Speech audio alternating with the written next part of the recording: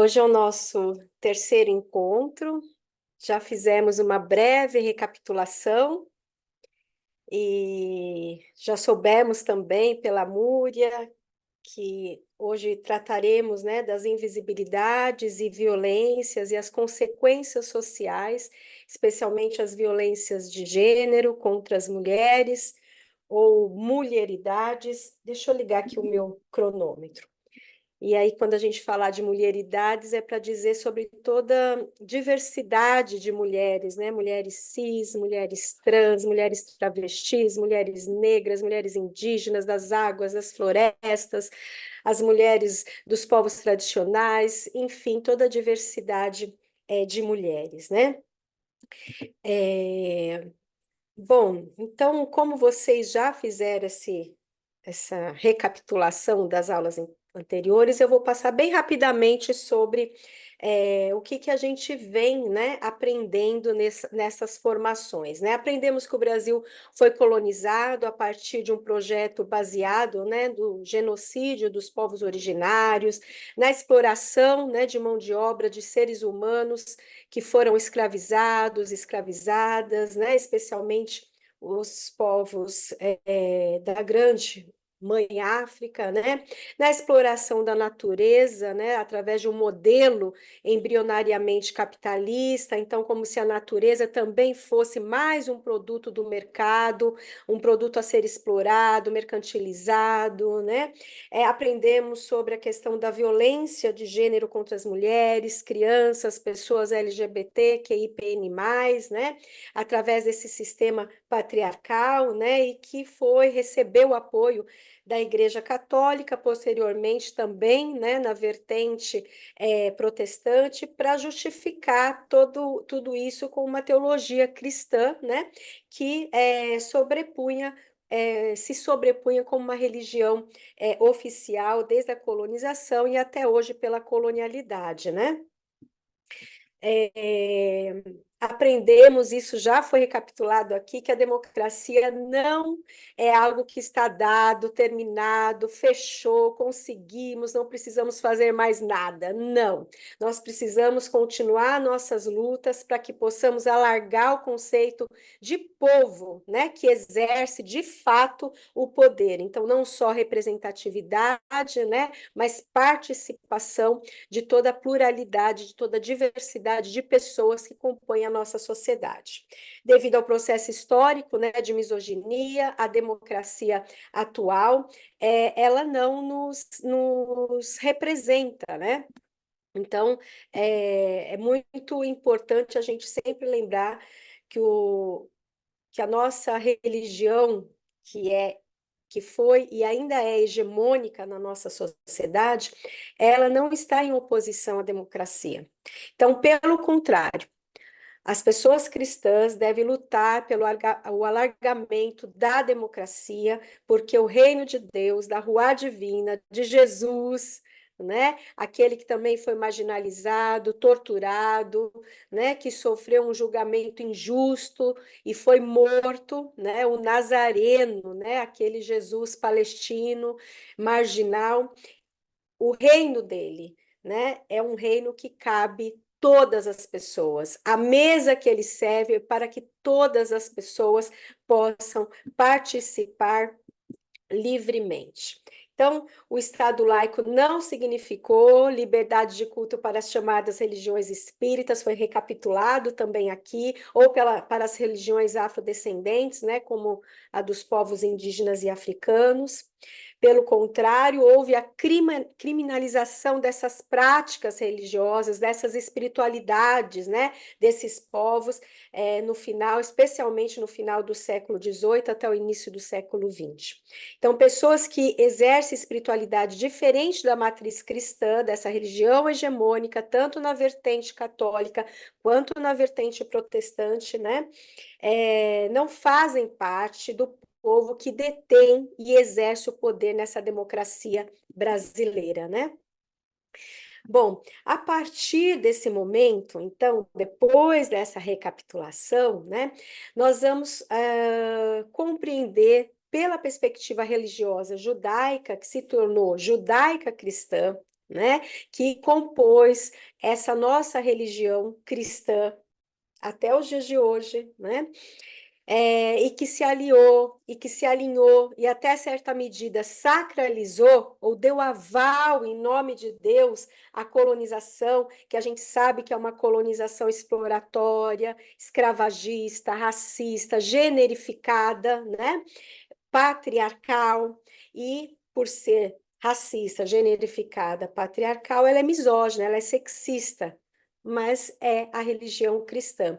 Se nós estivéssemos estudando, talvez, uma outra geografia e global, nós falaríamos de outra religião hegemônica, por exemplo.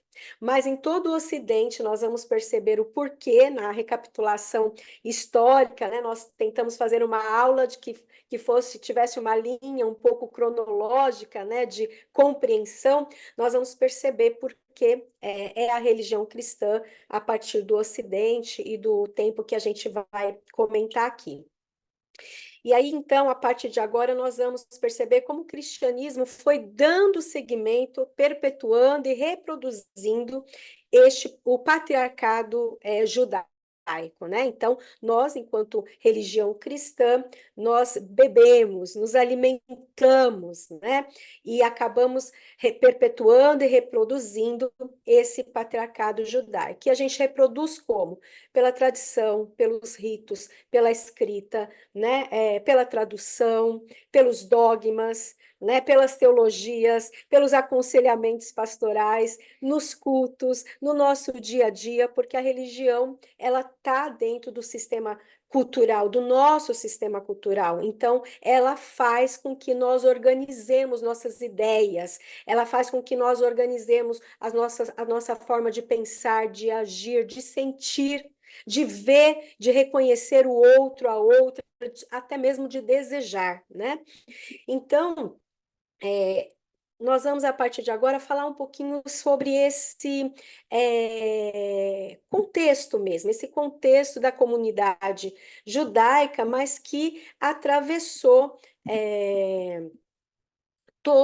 atravessou séculos, né? Mas eu não vou pontuar bem. Eu quero, a partir de agora, que vocês comecem a refletir, a perceber e a, de fato, concordar ou não, a também discordar, né, do que a gente está colocando aqui, mas começar a perceber se, de fato, isso vem atravessando séculos e tem chegado até nós. Então, o judaísmo da Palestina, né, anterior, mas também nos primeiros séculos, apresenta uma cultura que é denominada como cultura de honra, baseada em um sistema de pureza. Então, simbolicamente, essa cultura de honra oferece um lugar concreto ao indivíduo no seu espaço social, no seu lugar social. E a honra está ligada à dignidade. Então, é a mesma coisa de nós afirmarmos que é preciso ser uma pessoa honrada, né? Para poder ser uma pessoa digna. Digna de direitos, digna de uma alimentação, digna de uma moradia. Ou seja, eu preciso ter honra para ter dignidade. Mas quais grupos sociais têm honra? Ou quais grupos sociais está no campo social da desonra? Qual está no campo da honra, qual está no campo da vergonha? Qual o lugar social, né? Neste lugar de honra, que são o lugar dos puros, mas então qual é o lugar social dos impuros? Quais grupos sociais são caracterizados, são dados, são reconhecidos como dignos e quais como indignos, né? Então, sobre essas, baseado, né, sobre essas perguntas, vamos refletir e vamos trazer subsídios, um apoio para a gente tratar o texto e entender um pouquinho, conversar um pouquinho sobre o texto da concubina que já foi lido, e eu não vou tratá-lo mais diretamente, mas ao mesmo tempo eu estou convidando para que vocês, conforme vocês ouçam esse contexto dos primeiros séculos, vocês vão tentando colocá-lo, tentando encontrá-lo no texto da concubina que já foi lido hoje. Bom, dentro desse sistema judaico, né, de honra, Supõe-se que, por exemplo, os homens, por serem homens, são naturalmente honrados e dignos, enquanto que as mulheres, por serem mulheres, são naturalmente desprovidas, despossuídas de honra, logo, de dignidade. Então, esse sistema de honra e pureza encarava a mulher de uma forma bem diferente do homem, porque a constituição familiar no judaísmo foi sempre patriarcal. Tudo girava em torno das decisões masculinas. Então, a religião judaica tem como rito de iniciação, por exemplo, a circuncisão.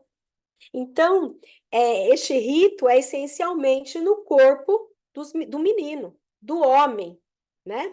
Então, a mulher já não passava por essa ritualística de incursão, de inclusão social, porque não passava nada pelo corpo dela a não ser a desonra e a vergonha. Então, por exemplo, é o nome do pai que o filho carrega. Depois do casamento, a mulher passava de propriedade do pai à propriedade do marido. Ele governava como senhor absoluto, né, do seu clã patriarcal. Então, sem autonomia, não era nem contada entre os habitantes. E se essa mulher fosse estéril, não pudesse ter filho, ela era relegada e substituída para a procriação deste clã patriarcal, que precisava subsistir, por concubinas e escravas domésticas. Então, sua participação era tão somente para a procriação do patriarca, do nome do patriarca, do clã patriarcal. Convivia com, e as mulheres conviviam, né, com a poligamia do marido sem poder reclamar, né? E no tempo de Jesus, então, é o tempo do Antigo Testamento, mas também o tempo de Jesus, dos tempos bíblicos, o Novo Testamento, e a mulher era tão desprezível quanto no tempo do Antigo Testamento. Isso nos faz pensar o quanto Jesus revolucionou o mundo das mulheres. Quando a gente pensa nas discípulas, nas primeiras apóstolas, nas lideranças femininas, né? Então, a gente precisa pensar sobre isso, mas também pensar um pouquinho sobre a questão da esposa, da concubina e da escrava doméstica que esse sistema patriarcal organizou. Entre tantas outras violências, a diferença entre esposa, concubina ou escrava, que muitas vezes isso não é dado para nós, né, quando a gente ouve as pregações, as homilias, enfim, os estudos bíblicos, na escola dominical, seja como for, a gente nunca recebe a diferença entre esposa, concubina e escrava. Mas a diferença entre esposa e concubina e escrava era que os filhos da concubina ou escrava não faziam parte da herança, muito menos elas, né? Poderiam ser herdeiras. A esposa, então, poderia ter a garantia da herança pelos seus filhos homens. Então, vocês vejam como era pesado você não poder procriar, você ser uma mulher estéril, porque era a própria subsistência daquela mulher, era a garantia de ela poder viver naquela sociedade, né?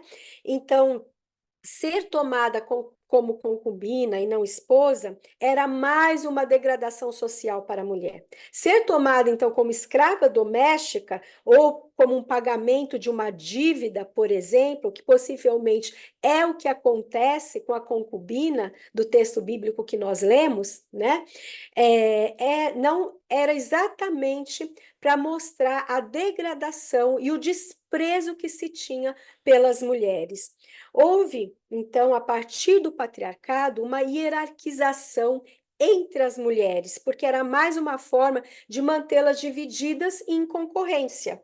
Porque uma esposa tinha uma degradação social ou tinha uma posição social um pouquinho superior da concubina, e a concubina da escrava. Vocês entendem como o patriarcado vai nos colocando, nos dividindo e nos colocando umas contra as outras, né? E em concorrência. Então, a mulher era marginalizada pelo simples fato de ser mulher, vivia no silêncio, na obscuridade, não era elencada como partícipe nessa sociedade. A mulher devia permanecer em casa e, ao sair, devia cobrir, né, o seu rosto com 2 véus, né? E a esposa e as filhas tinham o dever de lavar o rosto, as mãos e os pés do marido ou do pai. A noiva que tivesse relações com outro homem era considerada adúltera, podendo ser castigada com a morte a pedradas. Se fosse casado, o castigo era de estrangulamento. Para o homem não tinha castigo. Nós temos também um relato bíblico, né, sobre esta organização social. Vocês lembram da mulher adúltera, que só ela é levada? Possivelmente ela não era casada, por isso seria morta pelo apedrejamento e não estrangulamento. Se saísse com a cabeça descoberta, o rosto descoberto, o marido tinha o direito e até o dever religioso, porque ele era cobrado pelos outros homens, né? E então ele tinha que expulsá-la de casa, divorciar-se dela, sem estar obrigado a pagar o valor contratado, né? Se a mulher perdesse seu tempo na rua, falando com as outras pessoas, especialmente com outras mulheres, ou mesmo se ficasse na porta da tenda, da casa, o marido também podia repudiá-la sem qualquer compensação econômica. Uma mulher não podia estar sozinha no campo e um homem não devia conversar com uma mulher estranha. Por isso, a força dos textos, né, dos evangelhos especialmente, como por exemplo, nesse aspecto, Jesus conversando com a mulher lá no poço e lhe pedindo água. Então, a mulher era contada apenas como objeto e propriedade de outros. É propriedade do marido se casada, do pai se solteiro e propriedade do cunhado solteiro se viúva e sem filhos. Olha a importância de não ser estéril numa sociedade dessa. Assim, pertencendo ao seu dono, não podia dispor dos salários do seu trabalho e a mulher judaica trabalhava duramente em casa e no campo. Plantava, colhia, moía o trigo, a cevada e outros cereais, preparava o pão, cozinhava, buscava água nas fontes e nos poços, muitas vezes longe do seu aldeamento, né, da sua organização social, e ela tinha que se cuidar, porque se ela fosse estuprada, a culpa era totalmente dela, né? E ela era abandonada, por exemplo. Ela fiava e tecia o linho e a lã para fazer roupas, cuidava da família, educava os filhos. É a mulher virtuosa de Provérbios, né? As filhas mulheres só aumentavam o patrimônio do dono, uma vez que podiam ser vendidas e não eram nunca herdeiras, né? Vendidas por dinheiro ou por contrato. Mulheres eram sempre pobres, né? Porque não podiam aproveitar nem dos rendimentos do seu trabalho. Vamos lembrar de um dado muito importante, atual, que as mulheres são as pessoas mais empobrecidas do planeta até os dias de hoje. As mulheres não participavam da vida pública, mas também da religião oficial, né? Então, a mulher judaica não tinha direito ao culto religioso. Tanto no templo ou na sinagoga, a mulher não participava. Ela ficava atrás dos homens ou em lugares separados, em segundo plano, né? Isto é, em lugares dados marcadamente inferiores ou secundários, né? Se não houvesse, só para vocês terem ideia, se não houvessem 10 homens judeus, o culto não era celebrado, mesmo que tivesse 100 mulheres. Por quê? Porque 100 mulheres impuras ou dadas como pecadores não valiam 10 homens, né? Não valeriam 1, 2, 3 homens, né? Enfim, não eram aptas a pronunciar ação de graças à mesa, nas refeições, mesmo que ela tivesse, né, era quem preparava tudo, nem quaisquer outras orações ou oferecer sacrifícios. Todo judeu piedoso elevava a Deus 3 vezes por dia e fazia esta prece: Eu te bendigo, Senhor nosso, porque não me fizeste mulher. E no período da menstruação, a mulher só ficava, no período da menstruação, a mulher não só ficava impura, mas também impuro, se tornava impuro tudo que tocasse. Então, depois do parto, permanecia impura por 40 dias, se fosse menino, se fosse menina, dobrava, era 80 dias. né? Depois de dar à luz, por sua condição de impureza, tinha que oferecer sacrifício no templo para ser purificado. Ou seja, a mulher o tempo todo era, dentro desse sistema de honra, a desonrada. Dentro desse sistema de honra, a vergonha. Dentro desse sistema de honra, ela não era digna. Então, era uma sociedade extremamente violenta para as meninas, mulheres, sejam elas filhas, esposas, concubinas ou escravizadas. Umas mais, outras um pouquinho menos, mas todas estavam sob esse sistema de castigos físicos, como olhos arrancados, dentes quebrados, sexualidade transformada em mercadoria, filhas vendidas como escravas ou dadas para pagamento de dívidas, meninas estupradas que tinham que se submeter como mulher de seus estupradores, como esposa. Então, uma sociedade onde as violências contra as mulheres eram institucionalizadas, e esse sistema cultural patriarcal era o princípio organizador desse momento histórico. Mas será que foi só nesse momento histórico? Adentremos na Idade Média. A Idade Média foi um período da história que se estendeu do século V ao século XV. Ela começou com a queda do Império Romano no Ocidente, né? Mais ou menos, então, no século V, e se encerra com a tomada de Constantinopla pelos turcos otomanos, então com a queda total deste império no século XV. Então, tudo, quando a gente está falando em cronologia, tudo mais ou menos, né? Só para a gente poder ser um pouco mais didática, né? Então, ela é dividida em dois períodos, a Alta Idade Média, né, do século V ao X, e a Baixa Idade Média, do século XI ao XV. Vamos atravessar por ela.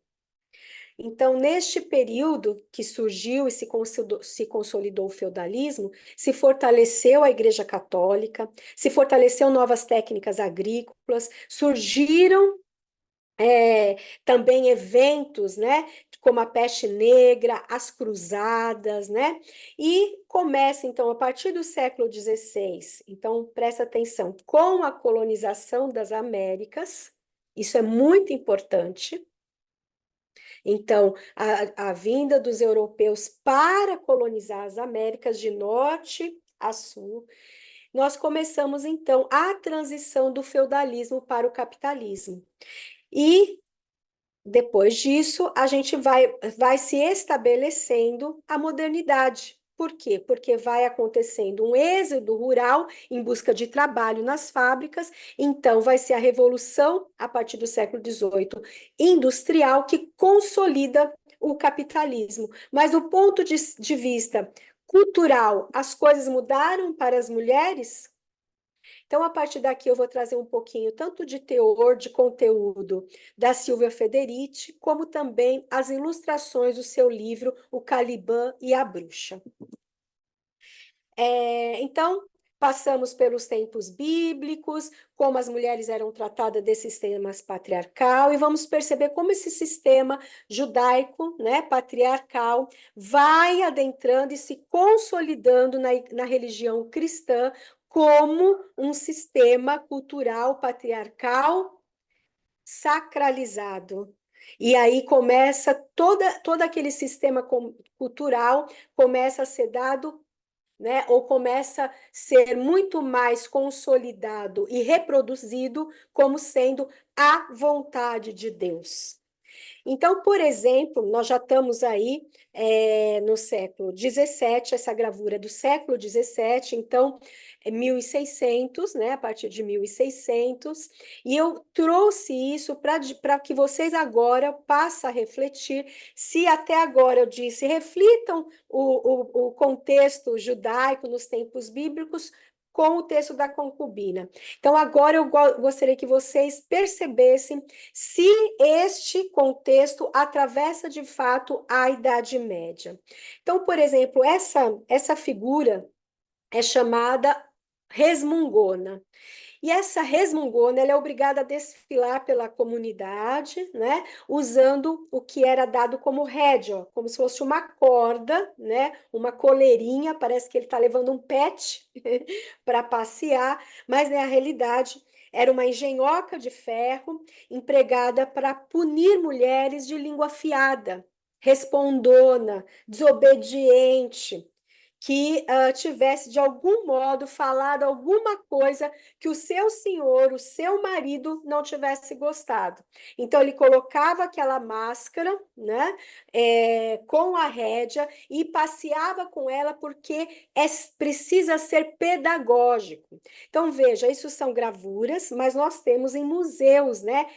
Tais peças datadas e para que elas serviam, né? Então não são só gravuras, né? A gravura aqui é somente a ilustração do nosso conteúdo, né? Vocês percebam que ela tem alguma coisa para atrapalhar o falar, a boca, exatamente para ela aprender não resmungar, não responder, não dizer o que o marido não queria ouvir, né? Essa próxima, também mais ou menos no mesmo tempo, século XVII, né? 16, 17, 18, né? Essa mulher está usando o que era chamado rédea de bruxa. Veja que nós já estamos passando também pela caça às bruxas, né? Ao mesmo tempo, né? E essa rédea de bruxa, ela não tinha mais a cordinha, essa mulher não, o marido não ia caminhar com ela pela comunidade, né? Mas era colocada para fora da casa, né? E ela para fora da casa, junto com ela iam as filhas, meninas, os meninos não iam, porque era sempre tem que ser pedagógico para as meninas e mulheres, né?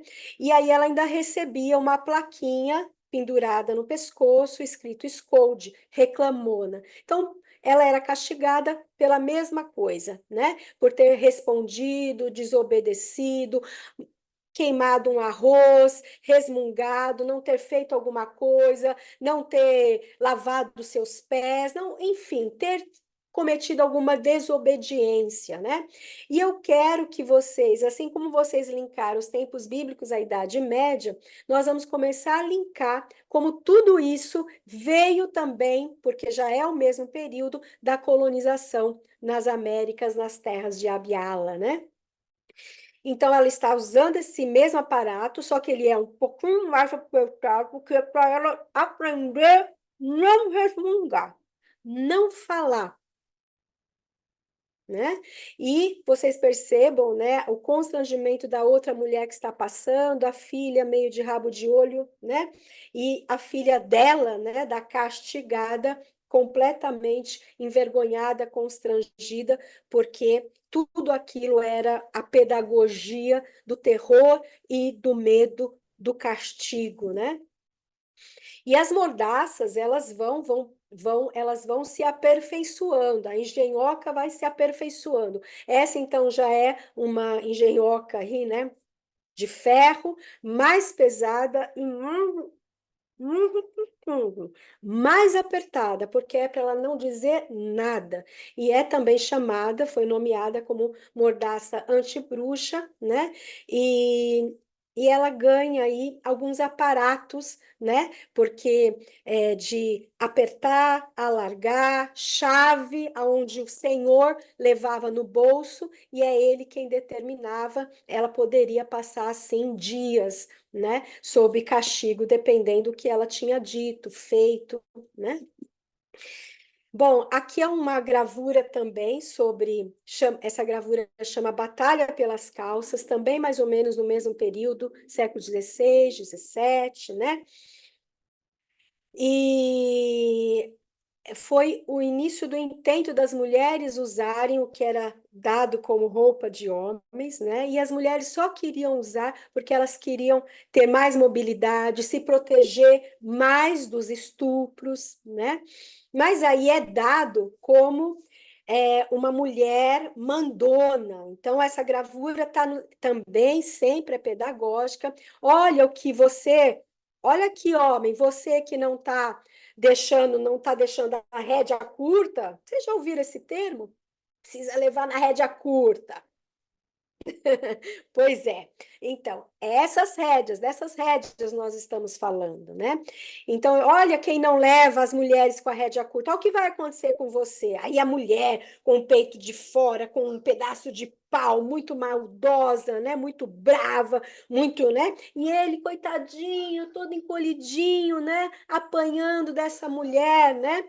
Então, e ela espancando o marido, né? Então, e essa gravura era um alvo favorito, muito recorrente na literatura social desses séculos, né? Então, para vocês ir percebendo como as questões de gênero, elas tiveram uma pedagogia insistente para se perpetuar e para se reproduzir.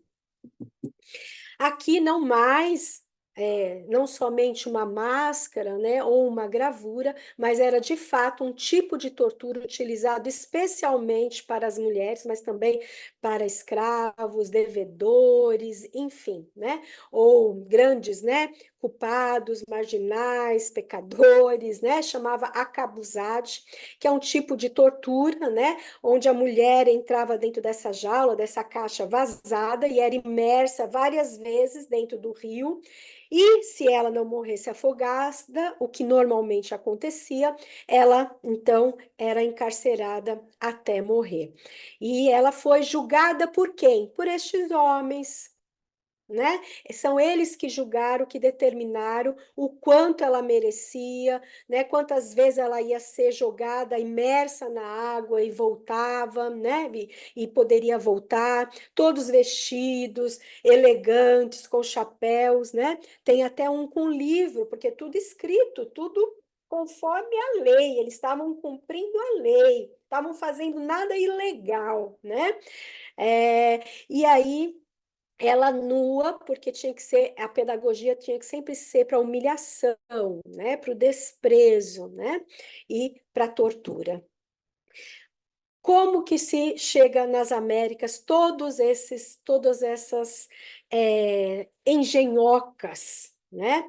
Aqui, por exemplo, foi utilizado, muito utilizado na época da colonização, nos primeiros séculos, né, conhecida como máscara de Flandres, né, que era fabricada as alças, né, com as folhas de Flandres, e foi muito utilizado no período da escravidão no Brasil para impedir, né, que os escravos ou ingerissem frutas, alimentos, né, na hora que estavam colhendo. Então, e para que eles tinham a obrigação, dever, o trabalho de colher, mas não poderia comer, né? Então, para evitar que eles comessem, mas também, diz alguns historiadores, que eram para evitar que eles não suicidassem, porque alguns e algumas não suportavam e comia muita terra até se sufocar e morrer. Era como se tivessem se enterrando vivos e vivas. Bom, então agora, com todo esse contexto dos tempos bíblicos, que atravessou toda a Idade Média, nós voltamos a pensar mais uma vez na concubina, nessa concubina que possivelmente era só uma menina. Mas eu quero convidá-las e convidá-los a pensar, a refletir, a olhar agora essa pintura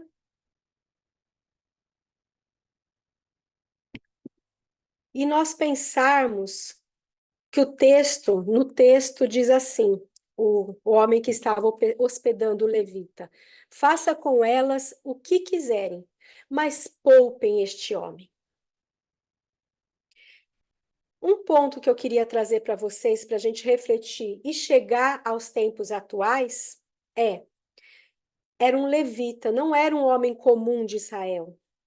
Era um levita, um homem religioso, da tribo escolhida para ser a responsável em cuidar do templo e guiar o povo na adoração a Deus.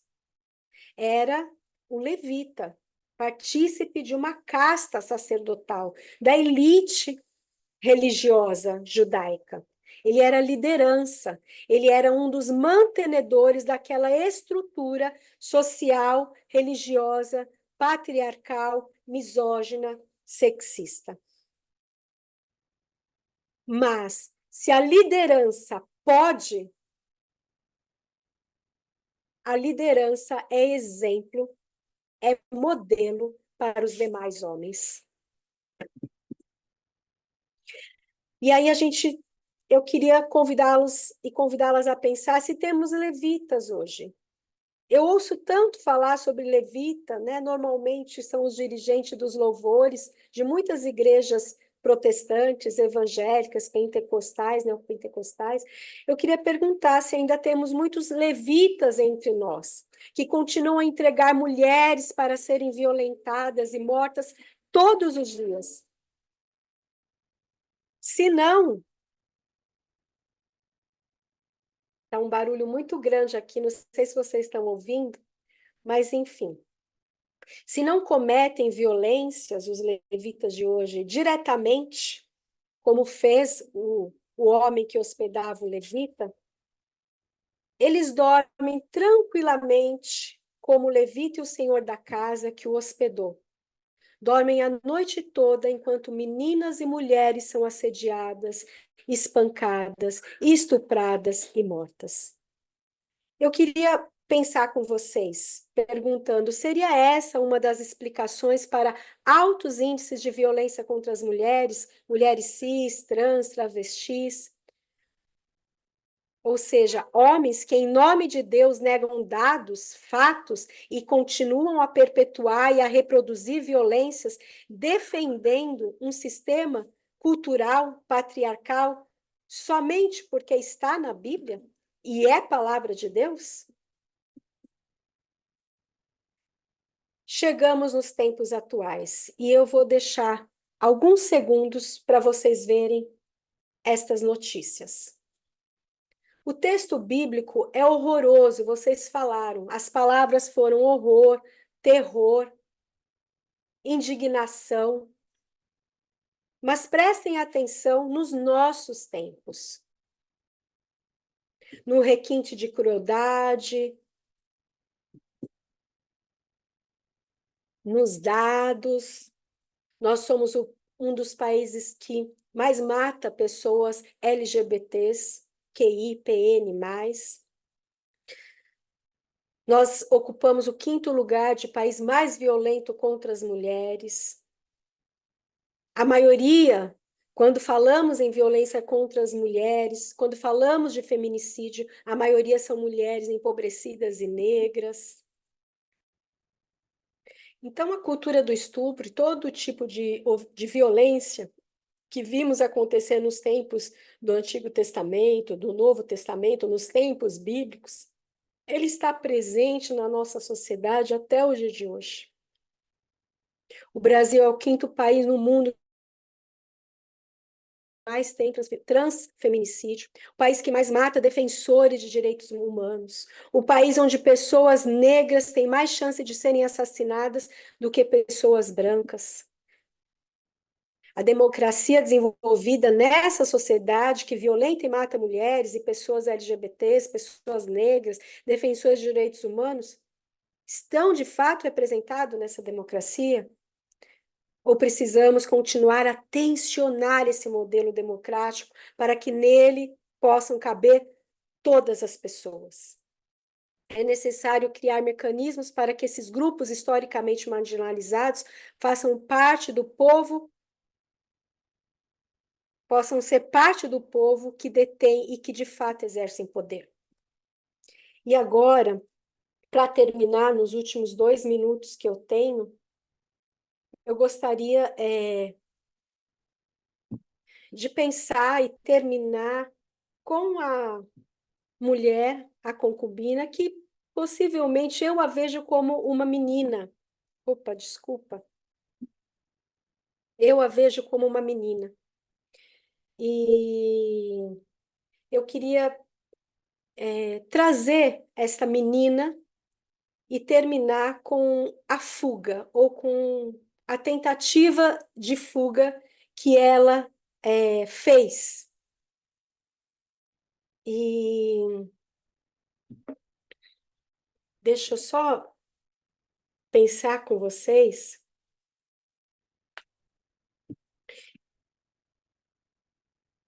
que nós continuamos a ver hoje violências contra meninas e mulheres, como nos tempos bíblicos. Continuamos a ver hoje meninas e mulheres violentadas que se movimentam pela sobrevivência em contextos completamente desfavoráveis, misóginos, desiguais, sexistas, como ainda como tivemos vendo agora nos tempos bíblicos ou medievais.